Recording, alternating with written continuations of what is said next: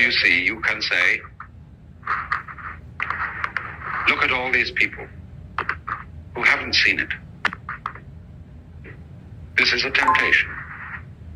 Look at them all going about their business, earning money and grinding it out at the bank or the insurance office or whatever it is every day, and how serious they look all about it, and they don't really know it's a game.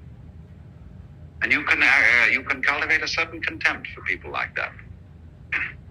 But it's very, very bad to do that. Because, of course, don't forget, they have a certain contempt for you. You see, always the nice people in town who live in the best residences, they know that they're nice because there are some people on the other side of the tracks who are not nice. And so at their cocktail parties, they have a lot to say about the people who are not nice, because that boosts their collective ego. There would be no other way of doing it. You don't know that you're a law-abiding citizen unless there are some people who aren't. And if it's important to you to congratulate yourself on being law-abiding, you therefore have to have some criminal classes, outside the pale, of course, of your immediate associates. On the other hand, the people who are not nice, they have their parties. And they boost their collective ego by saying that they're the people who are really in. Whereas these poor squares... There is such a thing as a life problem. And different people have different ways of expressing it. But there is the reality of what is called in Buddhism dukkha, a very comprehensive word, generally translated suffering, but which might more accurately be called chronic frustration. And I first of all want to try and identify what this human problem is.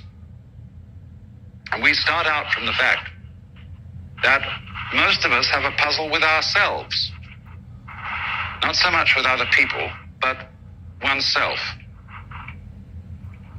Lots of people say that they do various things, like go to the movies or get absorbed in work or read novels, in order to forget themselves. Very commonly said, I want to get away from myself. And when we are left alone with ourselves in silence and there is no distraction, civilized people, whether they belong to the Eastern cultures or the Western cultures, tend to feel uncomfortable. This is especially true of Americans, who like to live in an environment of constant noise and to keep their minds busy. What is so much the matter with oneself that you can't stand it?